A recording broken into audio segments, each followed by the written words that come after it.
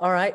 Especially for those who are just joining us for the first time, the last time what we covered is we covered the first Bible study on how to give a Bible study, because I get a lot of people asking me and sharing that they've never given a Bible study before.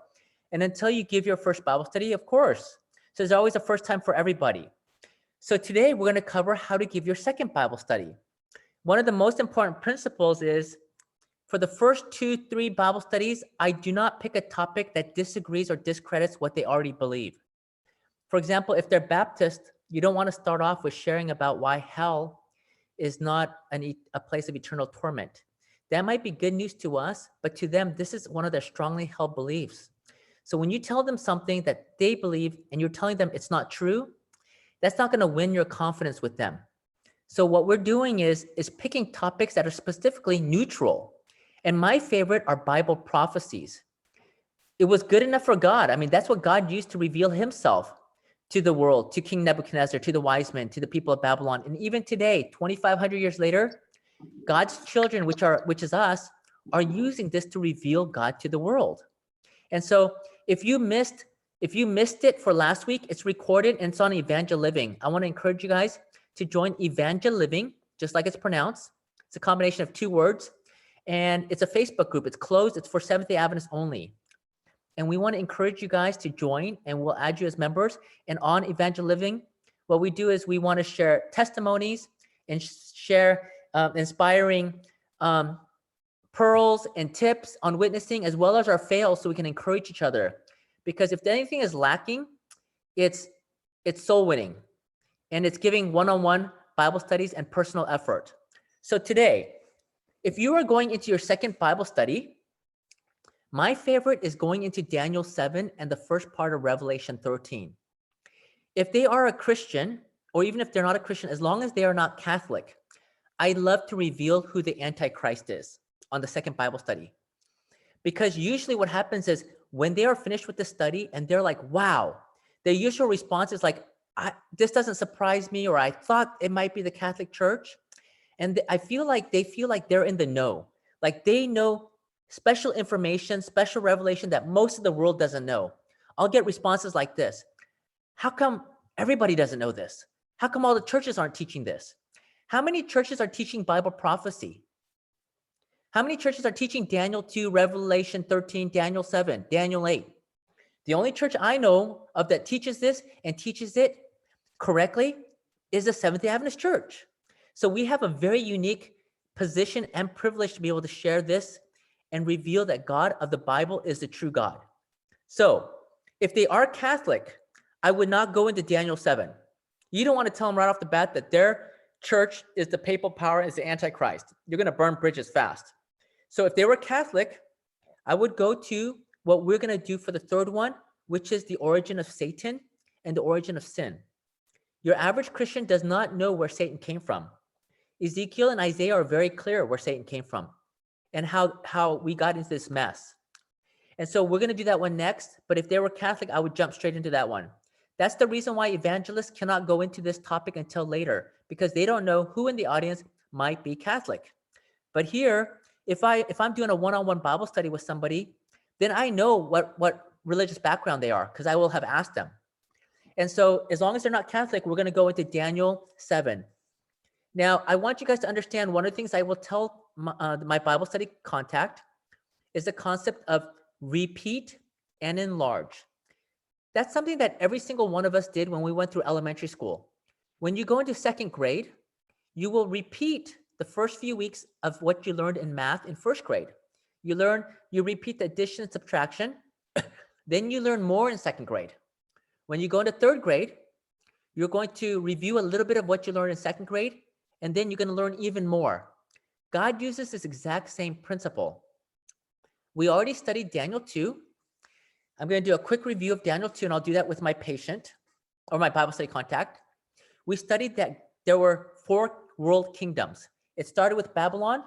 God predicted there would be another inferior kingdom, another one, and sure enough, history tells us there were 4 world kingdoms: Babylon, Medo-Persia, Greece, Rome. And then after that, while they would try to mingle the seeds of men, it would be divided for the rest of the remainder of Earth's history. No, there would never be another world empire. And when we look back at history, Charlemagne tried, Louis XIV tried, Charles V, Mussolini, Kaiser, Hitler, they all tried to conquer the world and create another one world empire. And we see that this never, ever, ever happened again. And as we go into Daniel 7, is what we're going to see is we're going to see a repeat of what we saw in Daniel 2, but we're going to see more information. Now, for you guys, I'm going to try to keep this super simple because Daniel 7 and Revelation 13 are super easy to teach. So I'm going to deliberately keep it easy for you guys. So I'm going to do a share screen right now. And hit the share button. And so let's go to Daniel 7. In Daniel 2, King Nebuchadnezzar had a dream. In Daniel 7, it says right here, Daniel had a dream and visions of his head upon his bed. Then he wrote down the dream. Daniel spake and said, I saw in my vision by night, and behold, the four winds of the heavens strove upon the great sea. You and I know that the winds represent strife and calamities. In Revelation, it talks about how they're holding back the four winds. But you don't need to mention this information. I'm going to tell you exactly what information that does need to be repeated because it will come back up in the future.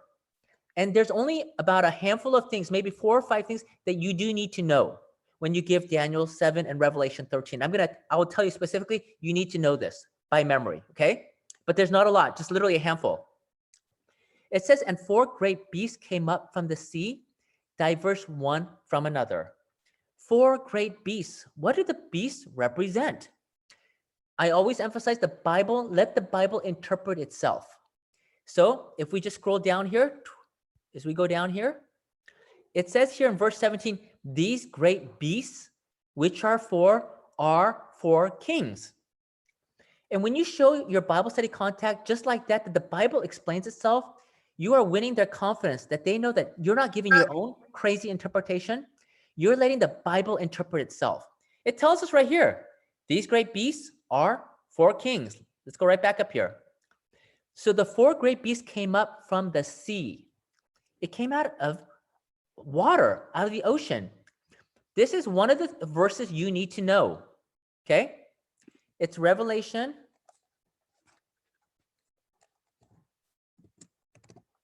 17:15. Okay? I'm going to actually just do Revelation 17. I'll do Revelation 17. And if you go down to verse 15, it says, and he saith unto me, the waters which thou sawest, where the horse sitteth, are peoples, multitudes, nations, and tongues. So I explained to them that whenever you see water in Bible prophecy, water represents multitudes, peoples, nations, and tongues. You will see this consistently throughout the Bible, and that's why you want to highlight this. I mean, let's just think about, this is a side note for you guys, okay? Let's just think about Jesus in the storm of Galilee. Oh, no, let's do this one. Let's do the one, the wise man built his house upon the rock. The foolish man built his house upon the sand. And what happened? The storm came and rain is beating down. Rain is water. When we have strife and difficulties in our life, usually they come in the form of people, don't they? Who are the ones that cause problems in our life? It's other people that are causing a lot. And here in that parable, you see there's a storm, there's winds, which represent strife and calamity, and also water. Ecclesiastes 11:1, where it says, we're to cast our bread upon the waters. We're to cast bread, which represents Jesus or the Word of God, onto the waters, which is people's multitudes. So you'll see this throughout the Bible. So this is why you want to highlight and make sure they understand that waters represents people or masses of people. Going back to Daniel 7. So that's one thing you got to make sure you know, okay? And so these 4 beasts or 4 kings come out from a place where there's lots of people. The first was like a lion and had eagle's wings. I beheld till the wings thereof were plucked, and I was lifted up from the earth and made stand upon the feet as a man, and a man's heart was given to it. I'm going to back up real quick. If you go to Amazing Facts, they have a study on who is the Antichrist. Yes, you can just go through that study. The reason why I choose not to is you really have to be sure to read Daniel 7 before you do this lesson. Does that make sense? So it's easier to do this Bible study straight out of the book of Daniel. You guys following what I'm saying? Because because then now you have to do it twice, right? You got to read through the whole story and then do this study. So I find it so much easier just to do this Bible study straight out of the Bible. First was a lion and had eagle's wings. The lion with eagle's wings was a sacred symbol in Babylon. And I just go to Google and I type up lion with wings Babylon. Just type that up and you will see all these images pop up just like this. You see this? And this was a sacred symbol in Babylon. On the Ishtar Gate in Babylon, the famous Ishtar Gate, which is in the Pergamon Museum in Berlin, what do you think they have on the Ishtar Gate?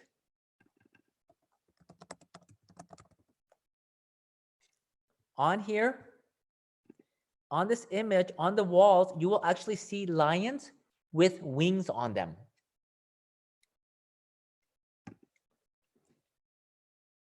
Second kingdom, we see another beast, a second like to a bear, and it raised up itself on one side, and it had 3 ribs in the mouth of it between the teeth of it. Now here we're seeing how many beasts? 4 kings. What did we find in Daniel 2? How many world kingdoms were there? There were 4. And what we're going to do is we're going to see if there's a correlation. We know that the second kingdom in Daniel 2 was Medo-Persia. Here we see a beast, and the beast is raised up on one side. Persia was stronger than the Medes, and all through their reign, Persia was stronger. And if you look into what happened is, there were 3 provinces that they have to capture in order to take over Babylon.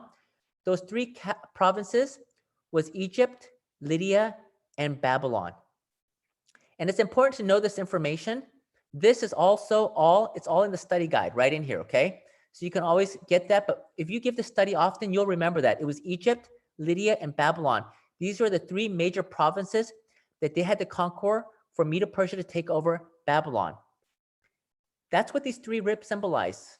It's got 3 ribs in the mouth. In order to get ribs out of somebody, it's obvious that you're going to have to do some kind of a something that's going to be obviously catastrophic to get ribs out of somebody.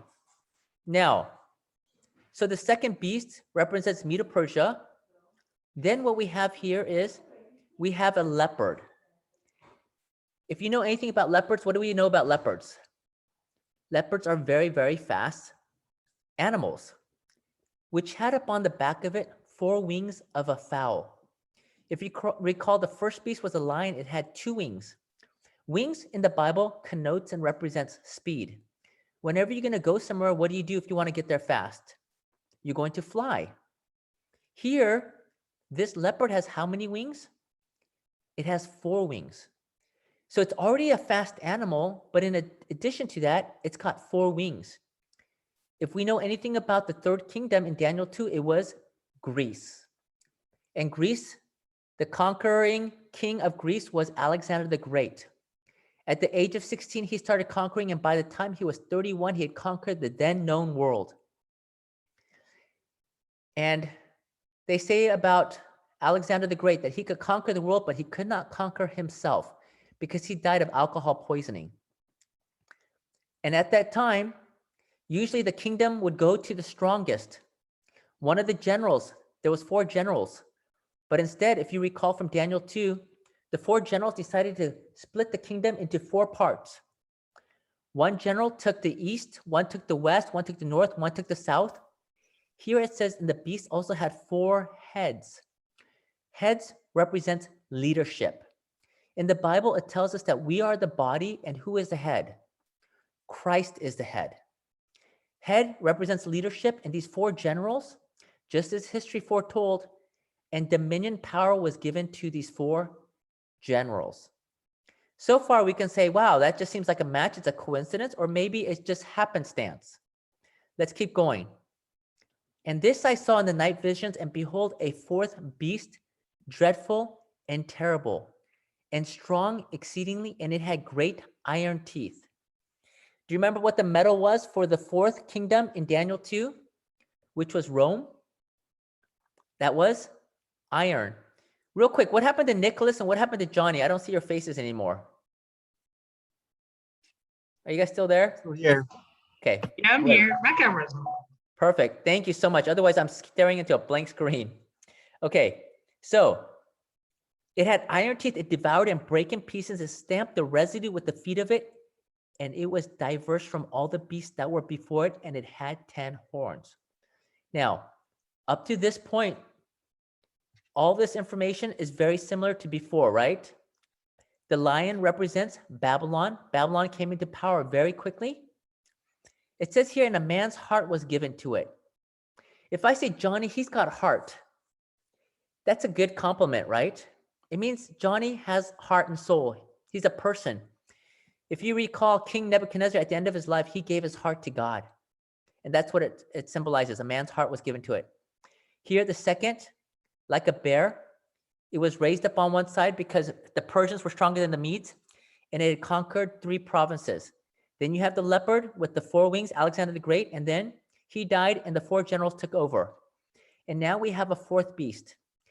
And we are told it has iron teeth, and this is the iron monarchy of Rome. From here on, from up to here, it was a repeat of what we learned, but now we're going to enlarge and learn more information.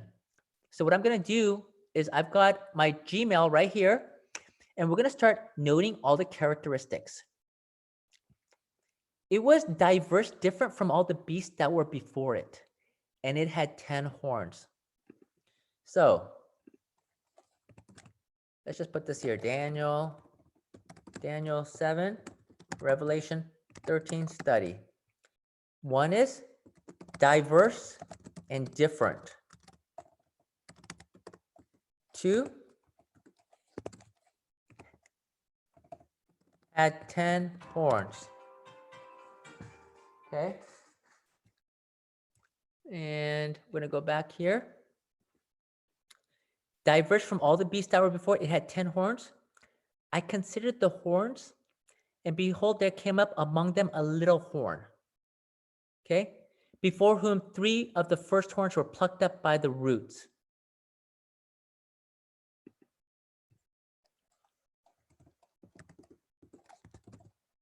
It was another horn. Came up after the 10 horns. Can you see how we can infer that? It's important that we see that came up among them another little horn. First he saw 10 horns, then came up another little horn. And then 3 of the first horns were plucked up by the roots. 3 were plucked or destroyed. Okay? Another horn, or let's say a little horn. So we're just writing down all the characteristics that we're seeing. That's really simple to see here. Before 3 of the first horns were plucked up, and behold, in this horns were eyes like the eyes of a man, and a mouth speaking great things. Eyes of a man speaking great things. Now, speaking great things could mean good or bad. We don't know at this point, but we're going to find out very soon. Here it says, I beheld till the thrones were cast down, and the Ancient of Days did sit. This is God, whose garment was white as snow, and the hair of his head like the pure wool. Here, what you're going to see here is you see that judgment is taking place. Normally, I will skip this part right here, okay? Even in the Amazing Study Guide, they skip this part right here. Because right now, what we're doing is we're going to look at identifying who this 4th beast is and what's going on here. And we jump right down here to verse 14. And there was given him, Daniel was grieved in my spirit in the midst of my body, and the visions of my head troubled me. Do you know what troubled him the most? Was that 4th beast, because it was dreadful and terrible. It was devouring, and this is what troubled him. I came near unto one of them that stood by. In his vision, there was an angel, and asked him the truth of all this. So he told me and made me know the interpretation of the things, of the things. The angel told him, we already looked at this, the great beasts, which are four kings, which shall arise out of the earth. But the saints of the Most High shall take the kingdom and possess the kingdom forever, even forever and ever. This is just like Daniel 2. Jesus, with basically a rock was cut out without hands. It destroyed the whole image, and it would continue to grow and take over. Now here, Daniel says, I would know the truth of the fourth beast, which was diverse from all the others. We already wrote this down. It was diverse, exceeding dreadful, whose teeth were of iron, and his nails of brass, which devoured, break in pieces, and stamped the residue with his feet. I'm only mentioning this to you guys. We're not going to go into this, but residue is similar to remnant. Okay? Stamp the remnant. Who are we? We are also God's remnant people, right? With his feet. And of the 10 horns that were in his head, and of the other which came up, and before whom 3 fell. Do you see how we're seeing this repeated in the Bible over again? Anytime things are repeated over and over, you want to pay particular attention and emphasize and stress that to whoever you're studying the Bible with. Here again, there were 10 horns in his head, and of the other which came up, and before whom 3 fell. We notice this, right? There was 10 horns, a little horn came up, and 3 were plucked or destroyed.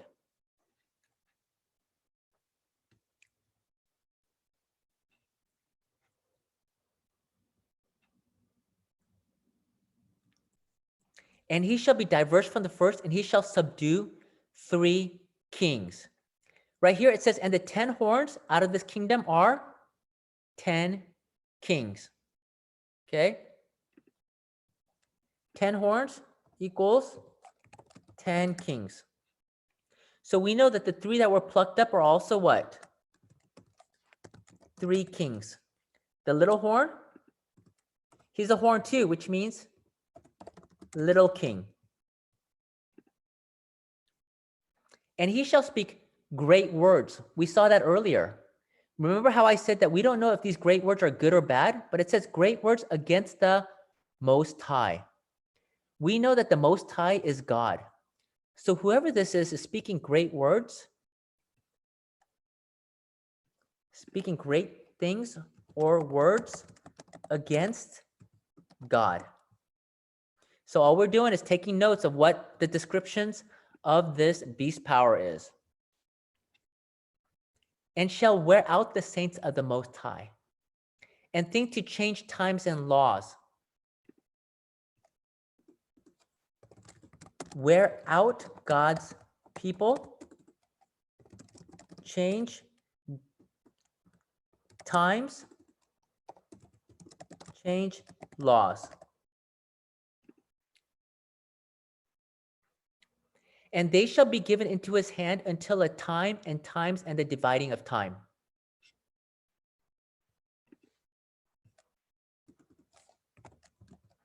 Time, times, dividing, or 1/2 time.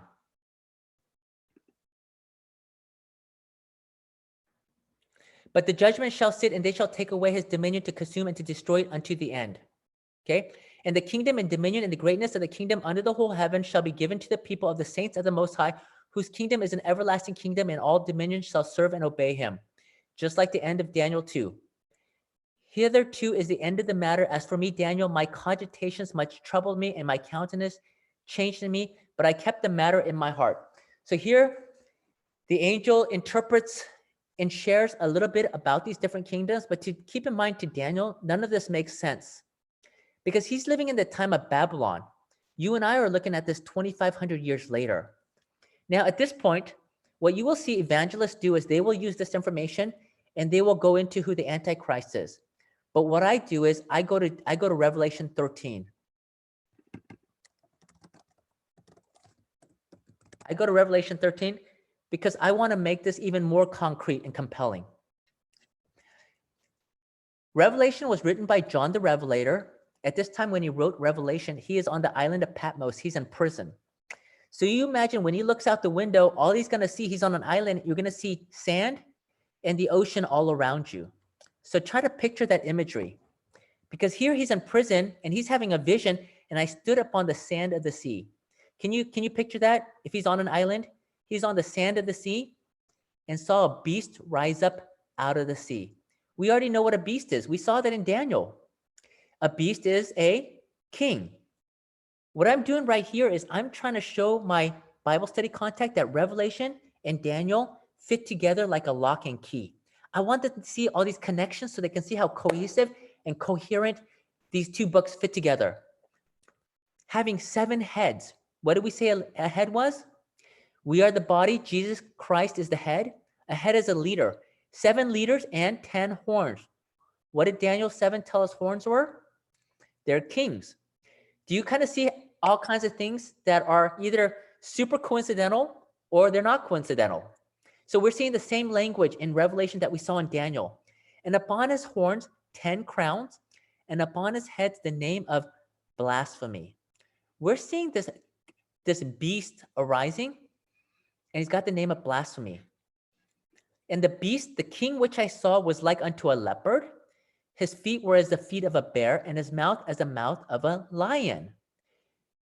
Do you guys recognize these animals? We just saw them, didn't we? We saw a leopard, we saw a bear, we saw a lion. So it's obvious that this book is connected to Daniel 7. And I'm also highlighting this because so many Christians today, they're just New Testament Christians. And I want to show them that when you study the Bible, you've got to study the Old and the New Testament. And here it says, and the dragon gave him his power and his seat and great authority. I mentioned to you there's certain things you have to know. This is the number 2 thing you have to know. Okay? The first was you have to explain Revelation 17:15 that waters represents multitudes, people, nations, tongues. The second one is who is the dragon. You have to be able to show this one.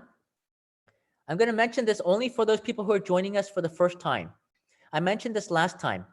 A lot of people, you have to go back one book to Revelation 12. A lot of people look at this and they go, behold a great red dragon, and they think things like this. That's got to be China because it's red, and the flag of China is red. Red stands for communist. China and dragon, they celebrate New Year's with dragons. And so that's how you interpret the Bible incorrectly. The Bible tells us in verse 9, and the great dragon was cast out, that old serpent called the devil and Satan. The Bible, once again, you emphasize, let the Bible interpret itself. And this way you're building confidence in them, in you, and in the Word of God. So the great dragon is who? Is Satan. So we're going to come back, and we see that this beast that looks like a leopard has the feet of a bear and the mouth of a lion, that Satan gave him his power, this beast power. And I let them know that this beast power is the Antichrist. When we talk about the mark of the beast, this is the beast. The reason why I'm doing this, I'm starting to dangle the carrot of the mark of the beast because everybody wants to know, what is the mark of the beast? All right? Then I will go onto the internet and I'll say, who is the Antichrist? Who is the Antichrist? And then I just click on images. And I want people to see this. Is it Donald Trump? Is it Obama? Is it Oprah? Now, the one I'm not going to point to is I will not point to the Pope if he shows up on here. You know what I'm saying? Is it Vladimir Putin? Is it Ben Carson? Because everybody has their own opinions. And what I'm trying to do is I'm trying to get them intrigued. It's like dangling that carrot. They want to know who is the beast, who is the Antichrist. So the dragon gave him his power. Satan gives the Antichrist his power. And I saw one of his heads as it were wounded to death, and his deadly wound was healed, and all the world wandered after the beast. I'm going to note on here, A, suffered a deadly wound, okay, and was healed. I'm going to just note that description.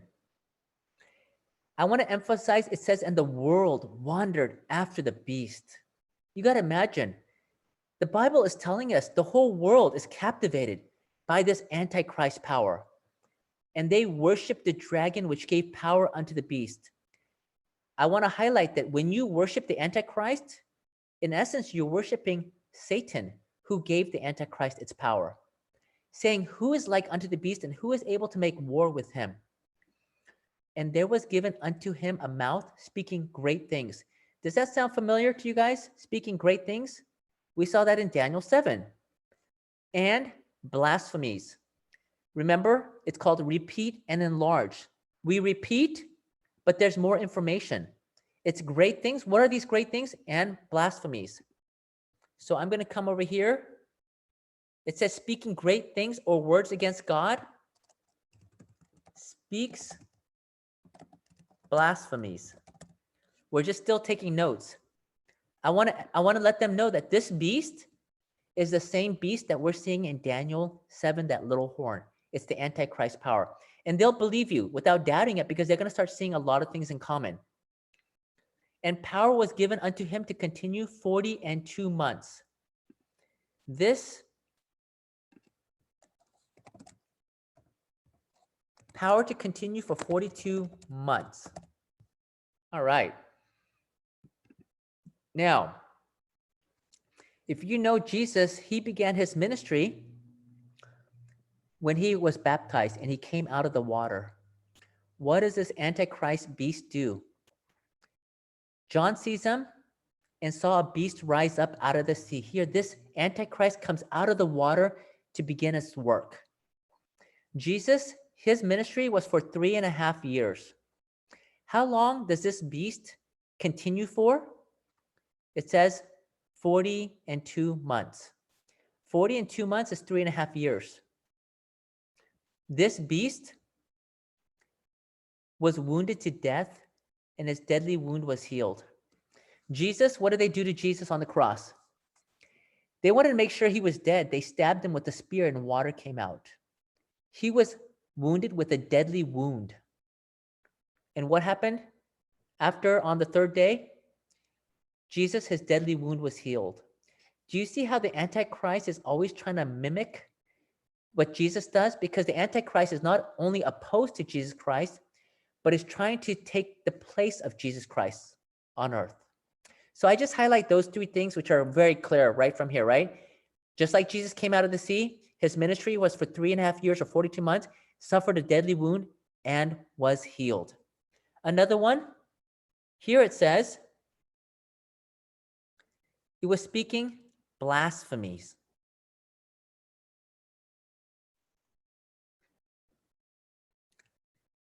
Had a great mouth speaking great things and blasphemies. Jesus was also accused of speaking blasphemies. And this is another thing that you do need to know what blasphemy is. In the Bible, and I'll give you the verse, Luke 5:21.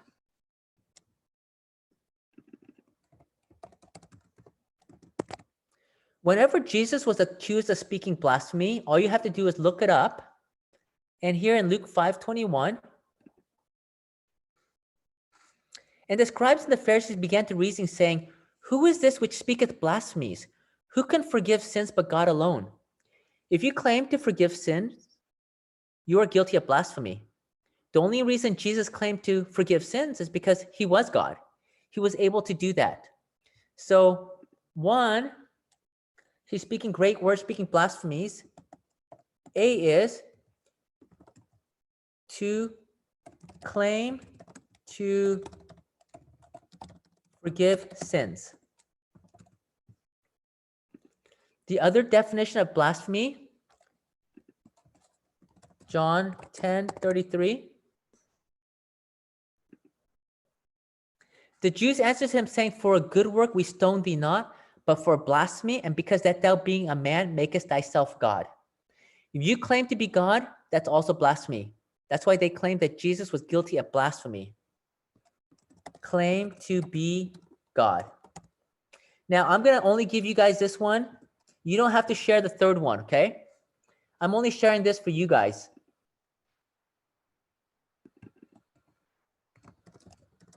First Timothy 10:33. I'm sorry.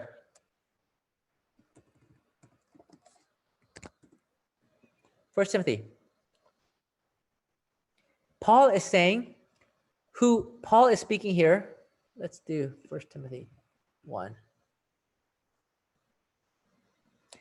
This is Paul speaking, and I thank Christ Jesus our Lord, who hath enabled me, for that he counted me faithful, putting me into the ministry, who was before a blasphemer and a persecutor and injurious.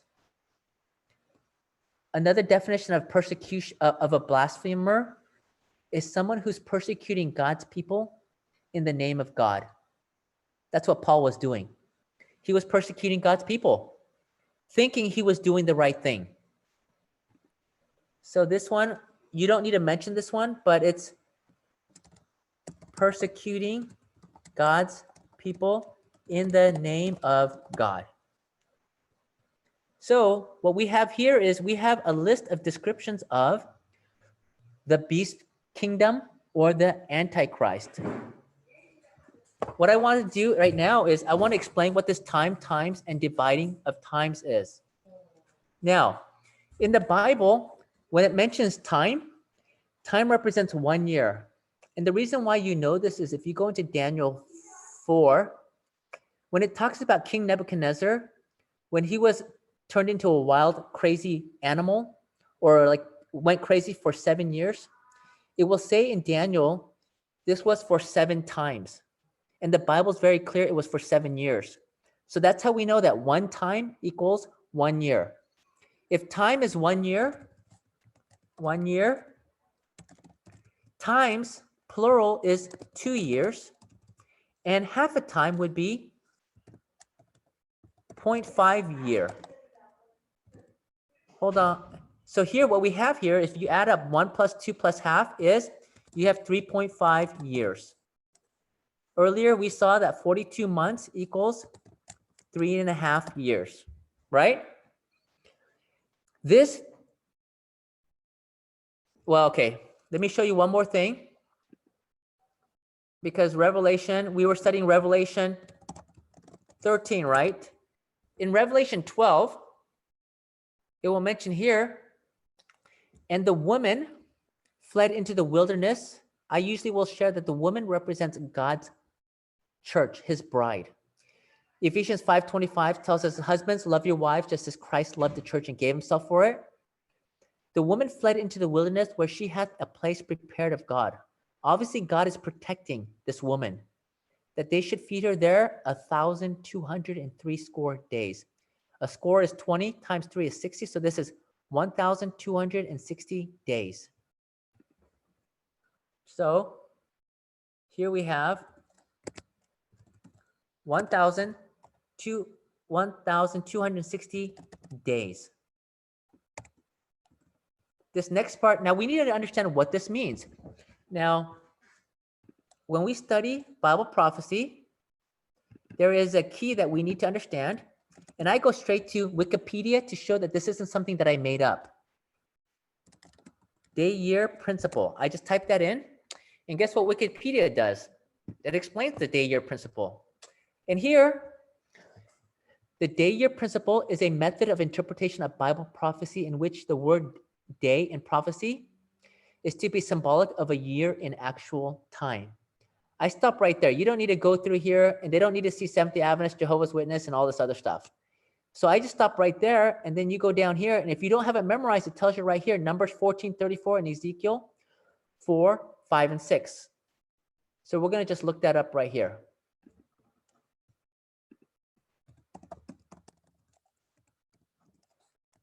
Do you guys see why I like doing Bible studies on the computer with my patients, even if they're sitting next to me? Because you can just pull this up so quickly, so much faster than you can flip through pages in the Bible. So here it says, and the number of the days in which you search the land, even 40 days, each day for a year shall bear your iniquities, even 40 years, you shall know my breach. So here it tells us that 40 days was equal to 40 years. Now we're going to go to Ezekiel 4. Same thing. For I have laid upon thee the years of their iniquity according to the number of the days, 390 days. So shalt thou bear the iniquity of the house of Israel.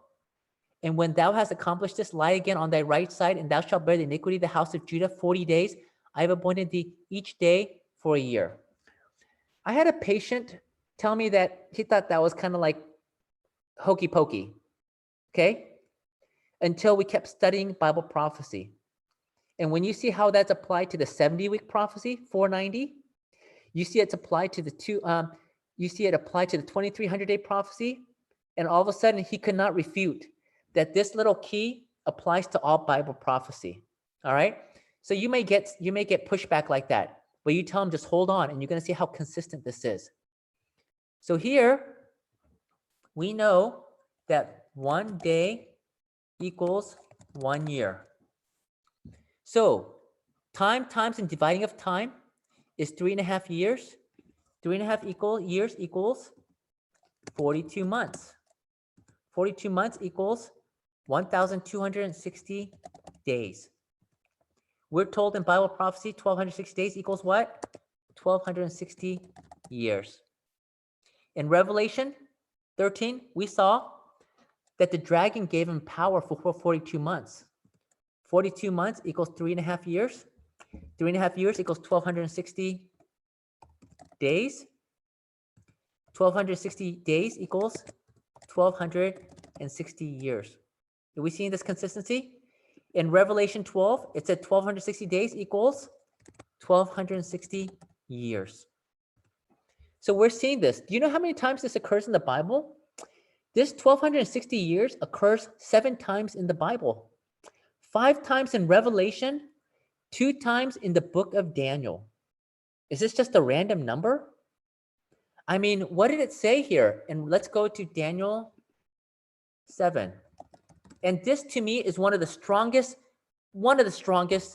clues to who the Antichrist is. So I'm definitely putting emphasis on this time, times, and half a time. We're told, verse 25. And he shall speak great words against the Most High. Whoever this is really arrogant, and shall wear out the saints of the Most High, persecuting God's people. He wears out the saints and changes God's times and laws, and they shall be given into his hand. God's people, the saints, are given into his hand for a time, times, and the dividing of times for 1,260 days or 1,260 years.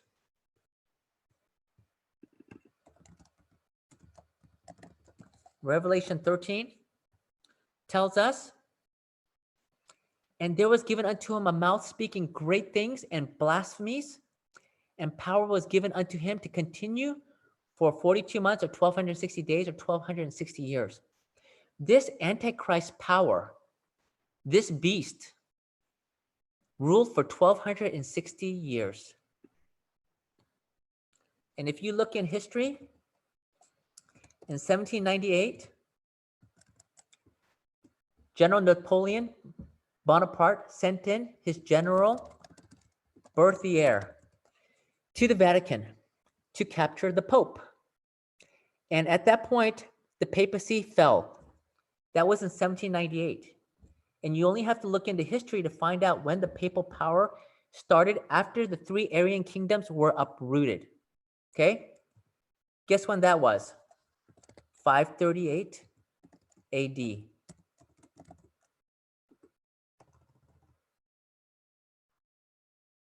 Okay? I'm sorry, I'm jumping ahead right here. Let me tell you what I normally do. I usually go back up here and I talk about the 10 kings. All right? And this, if you want to know who the 10 kings are, you can look this up online. You'll find it. Or you can just go to the Daniel 7 study guide to find it. It's listed right in here. All right? You don't have to memorize all these. Some of them are easy to remember. For example, when you think of Anglo-Saxons, who are the Saxons? That was England. The easy one to remember is the Lombards, Italy. Sueve, Portugal. The Franks, France. What happened to Rome is that there were roving barbarian tribes that swept through Europe, and they carved up land niches of land for their people. And that's how Rome eventually got divided into 10 different kingdoms. These are the original kingdoms of Europe. That was Rome. And then history tells us that 3 of the kings were uprooted. The easy way for me to remember this is HOV, like high occupancy vehicle lane, carpool lane. That's how I remember it. And then you can remember the Heruli, Ostrogoths, and Vandals. And history tells us that these three kings were uprooted, and then a small power was put in place. Who was that small power? It was another little horn. It had the eyes of a man. There was a man at the head of this power. And this little power was the Roman papal system. And as we go through these clues, we're going to start looking at this. Then I like to go through this one because this one's strong, okay? So in 1798, the Roman Catholic Church was taken down. 538 is when the Roman papal power began after those three kingdoms were uprooted. If you do the math here, from 538 to 1798, it's exactly 1,260 years. This is how accurate Bible prophecy is. At this point, what I do is I make an emphasis, and I want to say, I want you to be very clear that we are not talking about the people in the system. There are many good Catholics. There are many Catholics who will be in heaven. What we're talking about is we're talking about a system that the dragon gave power to.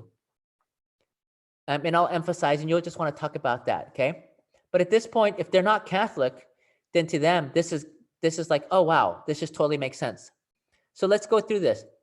Three kingdoms were plucked up. Again, HOV, Heruli, Ostrogoth, Visigoths. There's a man that stands at the head of this power.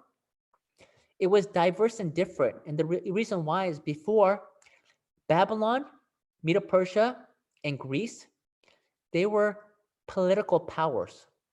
Yeah, they had false gods and they were religious, but it was very separate between religion and their political power. But here, with this new kingdom, it's diverse because it's an entity that is a political power, but is also a religious power. You've got this combination of church and state, which makes it very different from the previous kingdoms. It speaks great things or words against gods. More specifically, it speaks blasphemies. What are they? In the Catholic Church, what do? If you sin, you go into a confessional. It's a 2-compartment room with a little curtain in between. Later on, when you talk about the sanctuary, you can kind of emphasize how the sanctuary is a 2-compartment room with a curtain in between. Because what Satan does is he hijacks everything that God does. Every article, every furniture inside the sanctuary was hijacked by Satan. And here, man claims to forgive another man's sin. And what does the Pope claim to do on earth? He claims to be the vicar of Christ on earth, God's representative on earth. Persecuting God's people in the name of God. What do they do for 1,260 years? What do we call this time period? We call it the Dark Ages. How many Christians were killed during this period? They estimate 100 million Christians. It could be even more. And they wear out God's people as they persecute. It says they change God's times and God's laws, and we're going to study this in a future lesson. Because obviously you're going to study the law, the 10 Commandments, which is coming up. And then, of course, you're going to study the Sabbath. So here, you're not going to mention this specifically. So the strongest arguments here are the 1,260 years. I mean, how accurate Bible prophecy is. And I tell them, remember how Bible prophecy works? We repeat and enlarge. And if you keep studying the Bible with me, it's going to repeat this, but you're going to learn even more information. Because what I want them to do is like, I want to know more. Like, wow. Because so far, what are the chances that every single one of these, and I say this all the time, I'll say this kind of stuff. If I told you there is a guy in this, let's say I'm speaking to an audience of people and I go, there's a guy in here who's got black hair. That doesn't mean anything. But I go, you know what, this guy with black hair, he drives a Tesla. And you know what? He skipped the 2nd grade. Well, now it narrows things down. What are the chances? And this guy who skipped the 2nd grade, he went on to win the lottery.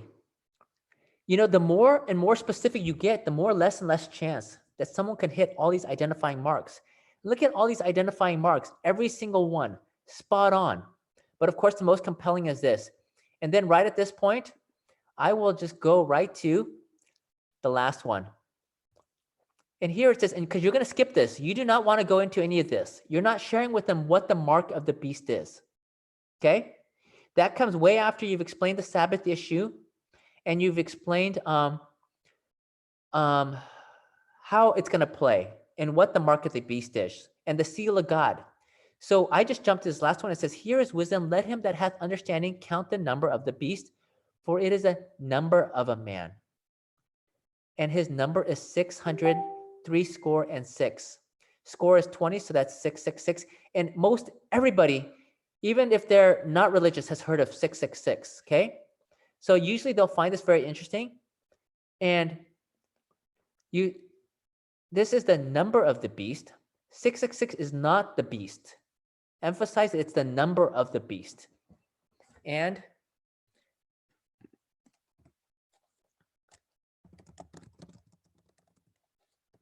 just type in any keywords and then click images and bam, you'll get this right here. You just let them know that on the crown, the Pope's mitre, it says on there, Vicarius Filii Dei. That's what it says. And the definition, Vicarius Filii Dei, meaning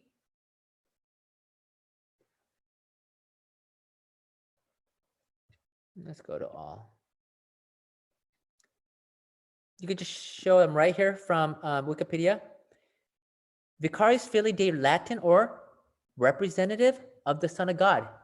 He's claiming to be God's representative on earth.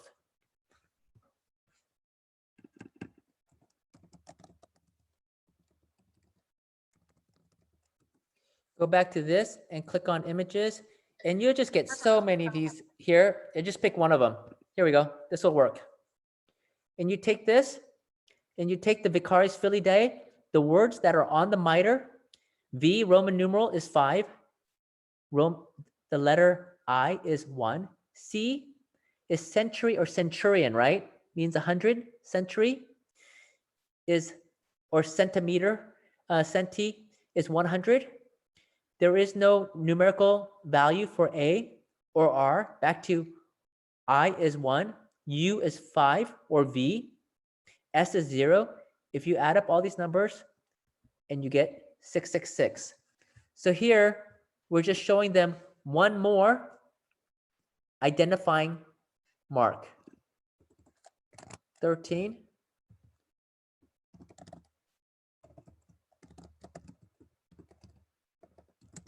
Filii Dei. And here, the only one who can meet every single one of these identifying characteristics is the Roman papal system. And I usually try not to use the word Catholic too much. I just call it the Roman papal system or the papacy.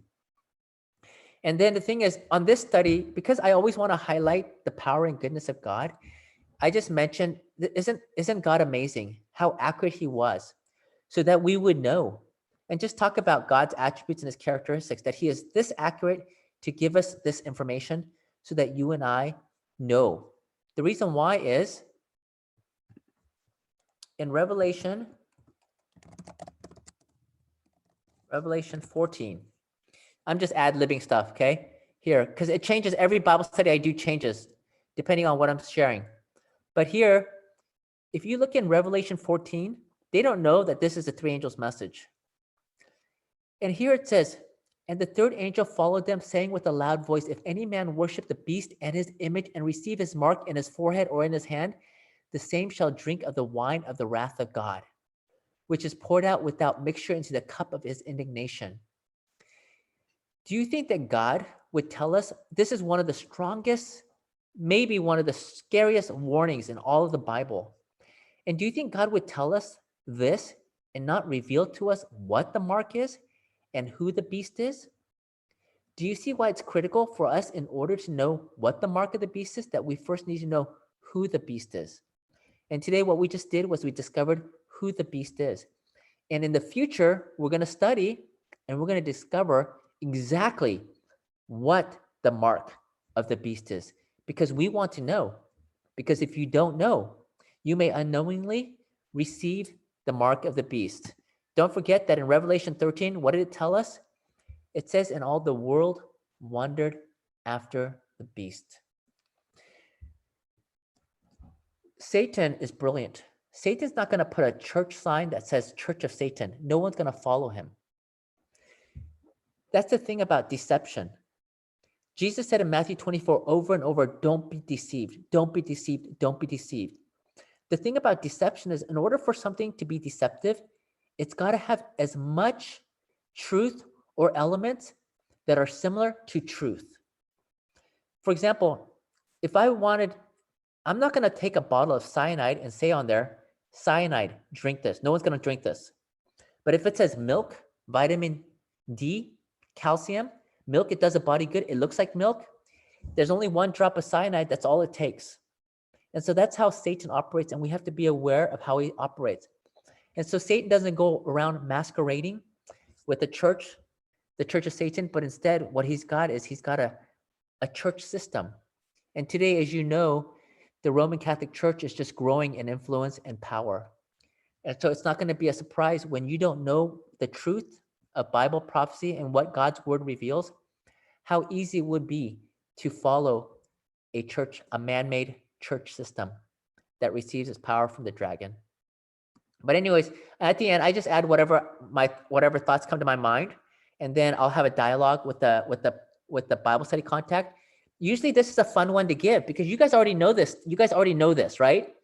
But when you're giving this to someone who doesn't know this, they'll say things like, wow, I never knew that, or it totally makes sense.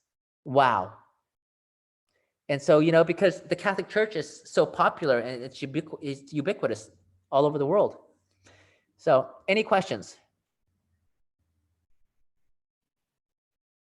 Calvin, could you review the 4 things that we absolutely have to know for this study? Yeah, turn up your volume so I can hear you just a little more. We're going to go back to Daniel 7.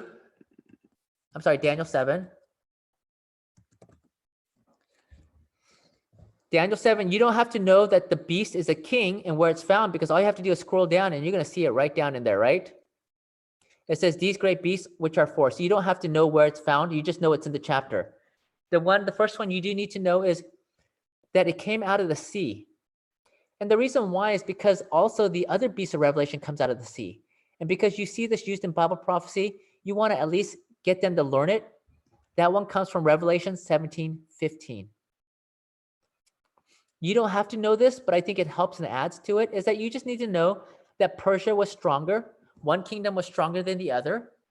And of course, the 3 provinces that it captured was the principal powers conquered by Medo-Persia was Lydia, Egypt, and Babylon. Because you can back this stuff up with history. And that's why it's so compelling, because history backs this stuff up. Trying to think what else was there.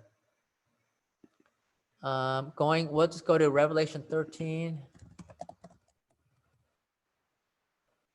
With the 10 European divisions, I just can remember off my memory just half of them. The Lombards, Italy; the Saxons were England; Suevi was Portugal; Burgundians is Switzerland. And then the 3 that were plucked up was the HOV lane: Heruli, Ostrogoth, Visigoth. Those 3. So my point is that there's not a lot you have to know. Oh, you do have to know this.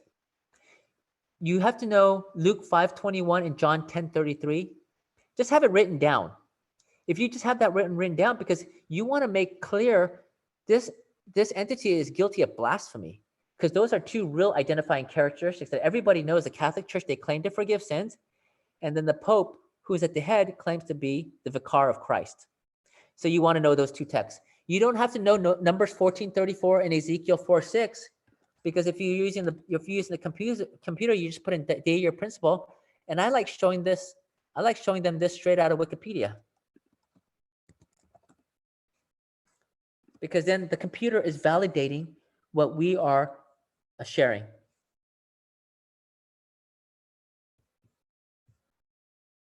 Any other questions?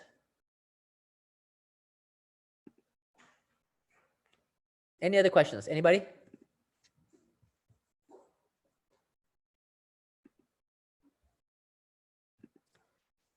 Don't be shy, everybody. No questions? Which is great. So the thing is, it's 7:07, which means we started about 7:07-ish. So it took us about an hour. And usually, you don't have to do Revelation 13, but do you guys see how that Revelation 13 really connects to Daniel 7, Revelation 13? And it only gives even more credibility to Daniel 7. Now, let me ask you guys this. What are your guys' thoughts? Did you guys find that to be pretty simple? Because Daniel 11 to me is hard. Daniel 7, I find to be fairly simple because all you're doing is writing down all those characteristics, the identifying marks. When we were done last time, we had lots of questions. We got no questions? Have you ever had anyone not, or like be not as receptive to this particular study? You know what's interesting? I haven't, which is why I like it. Do you see what I'm saying? I'm just like you guys. I just met with 2 people today who want to share Jesus in their workplace, and they're just asking me questions. And the things that they were saying, I was like, I could totally identify with everything they were saying, right? Because a lot of us, when it's our first time, we're kind of gun shy. But this is the reason why I take this approach with going with Daniel 2, because they're like, wow, that's the Catholic Church, and you just revealed this to me, and it made so much sense. I want to know more of what you have to say, and I want to know what the mark of the beast is. So I'm constantly dangling that mark of the beast, because who doesn't want to know who the mark of the beast is? Because every single person I have Bible studies with that's Christian, and I ask him, they don't have a clue who the Antichrist power is. You know why? What do all the churches teach today? They teach the secret rapture, right? Dispensationalism. They're teaching that all this stuff is coming in the future. The Antichrist comes in the future. And so, Satan was brilliant on how he set it up. So he takes part of the 490-year prophecy, he takes the 1 year, which happened in the past, and they put it in the future, futurist interpretation of Bible prophecy. So the devil has already primed their mind that at this point, you don't know who the Antichrist is. But if you start looking at texts in the Bible, the Antichrist is very clear. The Antichrist is already here and has been. And it's not one person, you know what I mean? It's a system that's in place. So that's why this one is my go-to fun one to share. After this one, then I will do the origin of Satan and sin.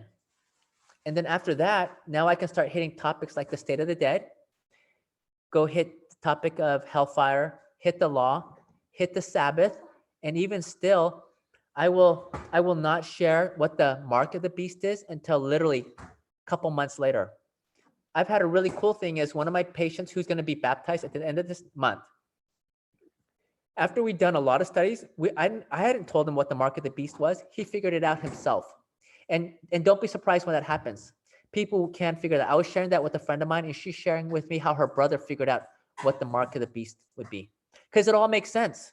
Because we just identified that they changed God's time and God's law. And that was Sabbath from Saturday to Sunday. They changed God's timing. They changed God's law. And so people who are spiritually astute, they will start to make the connections, and it just makes sense, which is cool because then it makes it so easy when we convince them that that's what the mark of the beast is. Because what you and I have to do is we need to show them that Sunday observance is not the mark of the beast now. It's when it's enforced by law. That's when it becomes the mark of the beast. We have to be very clear because going to church on Sunday doesn't mean you have the mark of the beast yet. Okay? And so this is something that's going to happen in the future. And so the other thing is we have to show this to them without using Ellen White. None of my Bible studies, I use Ellen White a lot when I preach, but I don't use Ellen White ever in any of my Bible studies, hardly ever, that I can even think of. So that's why we have to show everything. But if you do it in the stepwise fashion, by the time when you present and show them how the mark of the beast is Sunday worship when it's legislated by law, it'll perfectly make sense. I mean, just a tidbit. Remember how I was showing you how the Antichrist is totally a counterfeit to Jesus. Even the mark, the first time someone put a mark on somebody, it was God who did that. God put a mark on Cain. That's what it tells us in Genesis. God put a mark. This whole idea of the forehead and the hand, you find that in Deuteronomy. That's where God writes his laws on the frontlets between their eyes. And they would have these things called phylacteries with commandments written. And it was to remind them constantly to be obedient, obey God's commands. So everything you see Satan doing, all he's doing, he's the most unoriginal guy. He's always taking what God does and totally hijacking it or counterfeiting it for his own purposes. Any other questions? Great questions. Kevin, I have a question, Michelle here. So have you ever encountered doing this Bible study with a person who has a Catholic background? Yep. And how did they react? And how did you handle it? Okay, right now, I just did a Bible study this morning with a Catholic. Let me draw this down. So here's another thing. I'm just giving you just little bits of stuff of what I do. When you start doing Bible studies, you need to start writing down all your contacts, and you need to write down who you studied with and what you studied with. Because for those of us at work, you can't remember what you did last week. You can't remember who you saw last week, right? And after a while, you will not be able to remember. So I'm going to show you what I did with my Catholic. Ironically, right now, I only have one person who's Catholic that I'm studying with. And his name is Louis. And I started with Daniel 2 because he was Catholic. And we started with the origin of Satan's sin. Then we started with the state of the dead, then hell, then law, then Sabbath. Then we did the Antichrist. And this guy, he is what we consider called low-hanging fruit in evangelism. He's ready to be picked. Like you don't want the ideal person to do Bible study is low-hanging fruit. You don't want to try to pick an apple before it's ripe and ready to be picked. It's hard to pull off, and it doesn't even taste good. This guy is completely low-hanging fruit. He's a Catholic missionary, but he just ate up every study, like just ate it up. So when we got to the Antichrist, it just made sense to him because we had already studied each and every one of these. Does that make sense? So slowly, every time I'm emphasizing how Satan totally counterfeits and hijacks the truth. Because look at every single one of these after this one. State of the dead, that's totally not what he thought or what the Catholics are taught. Hell, burning torment. And I showed how the law was changed and the Sabbath. And so by the time, and right now we just finished baptism. And he's coming along great. So, but the beauty with not only Catholics, with most Christians is that the majority know so little about the Bible. I mean, basic stories like Jonah in the whale, they know very little details about that. They'll know like Daniel in the lion's den, and that's all they know is like Daniel was thrown. They don't know details. I have met some people who know their Bibles forwards and backwards, seriously strong like Baptists, but meeting someone like that is very rare, and usually they don't want Bible studies anyways from you. So the majority of the people that I study with, almost all know little to nothing about the Bible, which is actually the best. That's what you want. The more they know, it's actually, I find it harder because you have to try to go against what their worldview. Any other questions? Awesome. Well, like I do with my own Bible study context, I try to keep it under an hour. But anyways, next week, you guys, at 7, we're going to have Verna Santos sharing. So Verna came, in the past, she comes from the LGBTQ background. And she has an amazing testimony and conversion, how God took her out of this. And so because of the ministry she's a part of, which is Coming Out Ministries, she's got a wealth of knowledge for us to know how to deal with people who are from the gay and lesbian background. And so I had asked her to share tonight, but she couldn't share tonight. So she's going to be sharing next Friday night. So invite your friends.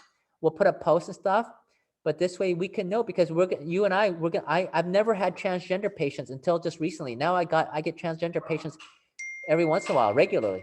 Something I never used to see 10, 20 years ago, rarely that you saw. And so I think we're going to have a lot of interesting and cool things to learn from her.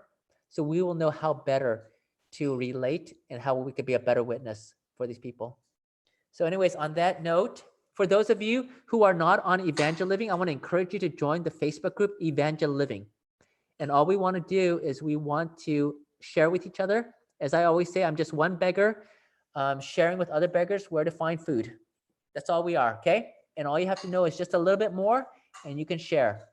So I'm going to pray and we'll end. Dear Heavenly Father, I just want to thank you that you have called us to be co-laborers with you in the most important work, the only work that truly matters. Everything else in this world is passing away. It's provisional. It's temporary. It will not last. But the souls that we save, we will be able to spend with them in heaven for eternity. And Lord, this is the only way that we can show you our love and appreciation for your suffering and your sacrifice on our behalf. Keep us faithful. Help us to use our time wisely. Help us to do that which counts. We praise you and we love you. This we pray in Jesus' name. Amen. All right. Happy Sabbath. God bless you guys. Amen. Thank you, Calvin. Happy Sabbath. Thanks, guys. Take care.